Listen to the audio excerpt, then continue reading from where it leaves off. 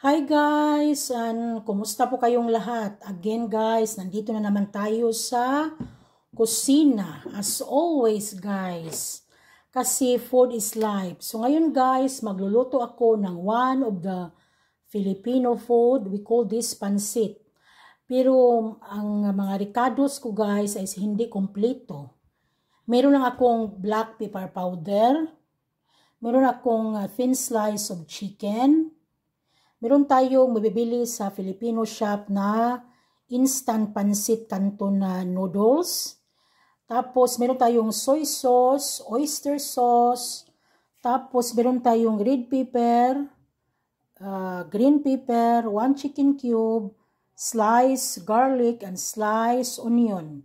So ang ricados natin guys is kulang kasi wala tayong carrots at saka cabbage. Pero kung ano lang meron guys, so yan lang din, pwede na yan. At least meron na tayong iba't ibang kulay na pepper. So dito sa kaldero guys, meron na tayong painit na olive oil. So ngayon guys, igisa natin yung garlic. Magluluto tayo ng pansit. One of the Filipino food. Ako ang nag-video, ako ang tagahawak ng mobile. Dahil wala tayong mobile stand. Okay lang yan guys. Basta makikita lang ninyo.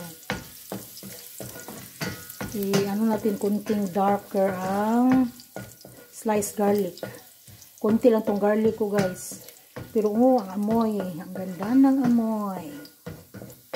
Tapos ngayon guys, ilagay na natin yung sliced onion.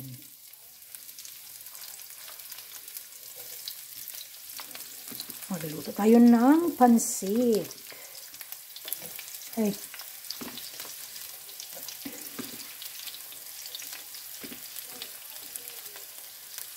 Kailangan natin konti muna yung apoy.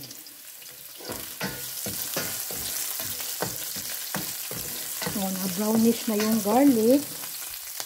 Painahan pa natin ang apoy. Medyo kunting hina ng apoy.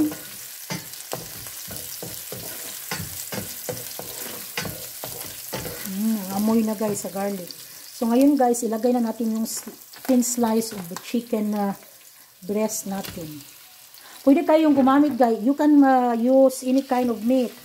Pork, chicken, beef, or seafood like squid, prawns. But today guys, I use chicken. Kasi yung baboy ko guys, hindi pa na-defrost. My pork meat is not yet defrost. So, I just use chicken meat.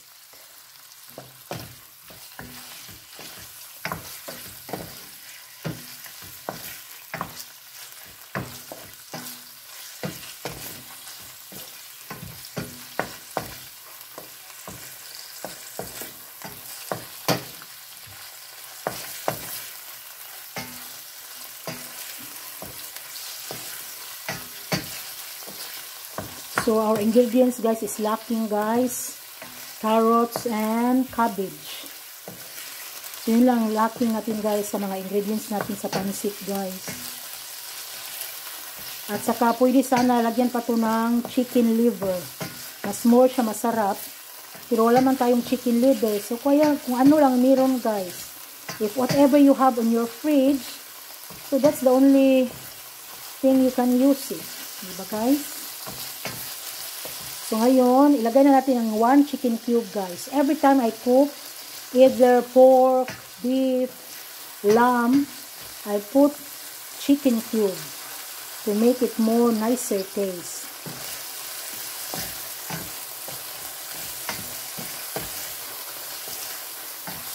It's easy to cook, guys, dahil, there's no bones because I use chicken breast.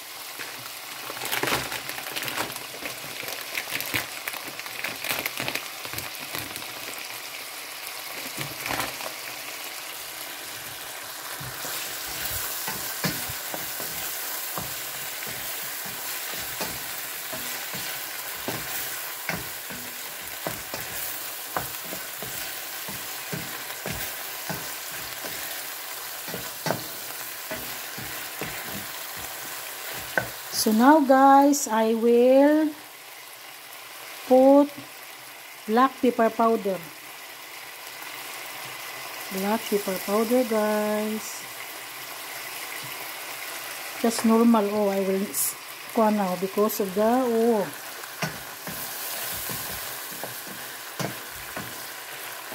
black pepper powder. And then I will put some oyster sauce. I will put all the seasoning guys. Oyster sauce.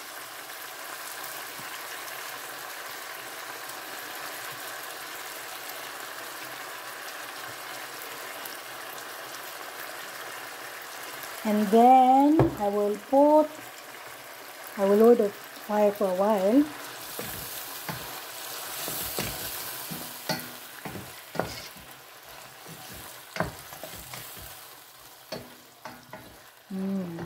The smell guys. I'll put now soy sauce. Hi guys, it's so difficult for me. I am the one who hold the mobile. I am the one who doing the video. So I'll put soy sauce. So I didn't put too much guys because in case later on if you put the pancit, instant pancit canton, if it's lack of taste, you can put it later. You add later some soy sauce or oyster sauce.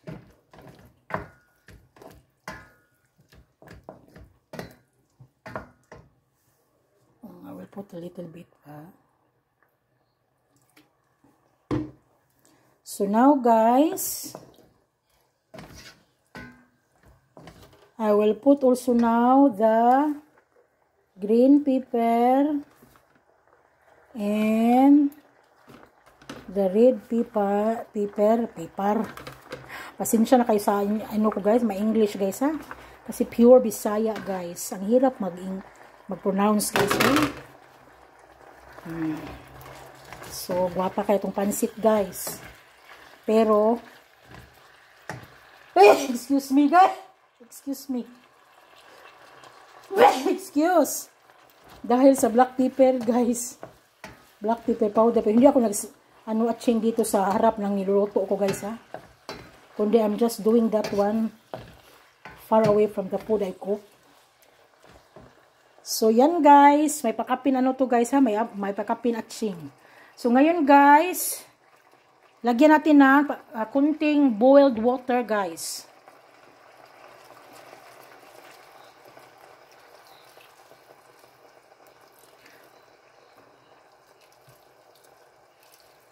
Boiling water guys dahil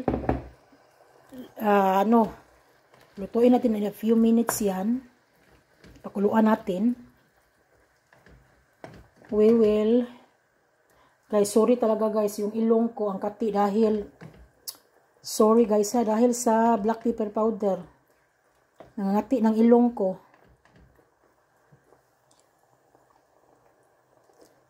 Pwede na hindi natin yung takpan guys. Pakuluan lang saglit. Tapos, pagkulo na, isang kulo o dalawang kulo, ilagay na natin yung pansit, instant pansit canton. So, yung finished product ng pansit canton ko guys, I will upload on my short video. Madali lang kasi ito maluto guys, kasi nga, ginagamit ko chicken breast, hiniwa-hiwa ko ng maliit. Sorry guys, sorry. Ano ba tong video ko? My video is very funny. There is a background. Dahil sa black pepper powder guys. Sorry guys ha. Sorry. I'm sorry. I will not edit this video. I will just continue.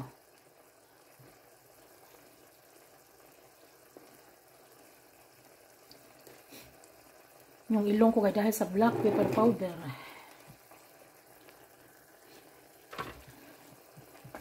So, pakuluan natin ng saglit.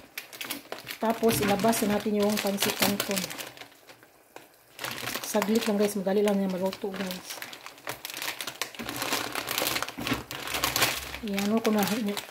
Ilabas ko na yung pansit canton sa plastic niya. So, pakuluan lang natin yan. Saglit. Saglit lang, guys.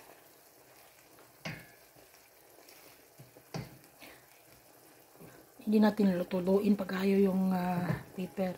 So, guys, our lacking, this one, guys, the ingredients of the pancit is the carrots and the cabbage.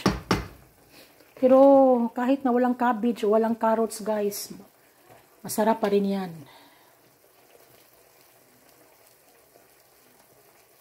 Pinaan natin saglit ang apoy.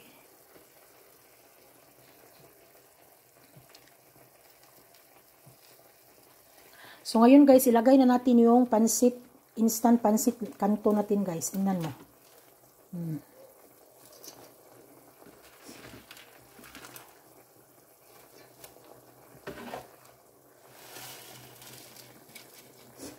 Tapos, guys, takpan lang din natin, guys, kay nga, no? At painaan yung apoy dahil para ma-melt yung pancit canton, lalambot yan. Pero, lagyan pa natin konti lang, boiled water. This is boiled water, guys, ha? From the kettle. Ayan. Tapos, guys, takpan natin, guys. Tapos, haluin natin mamaya. Takpan muna natin. Oh, my nose, guys, because of the black pepper powder. Oh. My nose is itchy now. Takpan muna natin, guys. So, guys, finished product ng pancit ko, guys. I-upload ko sa short video ko. So, bye, guys.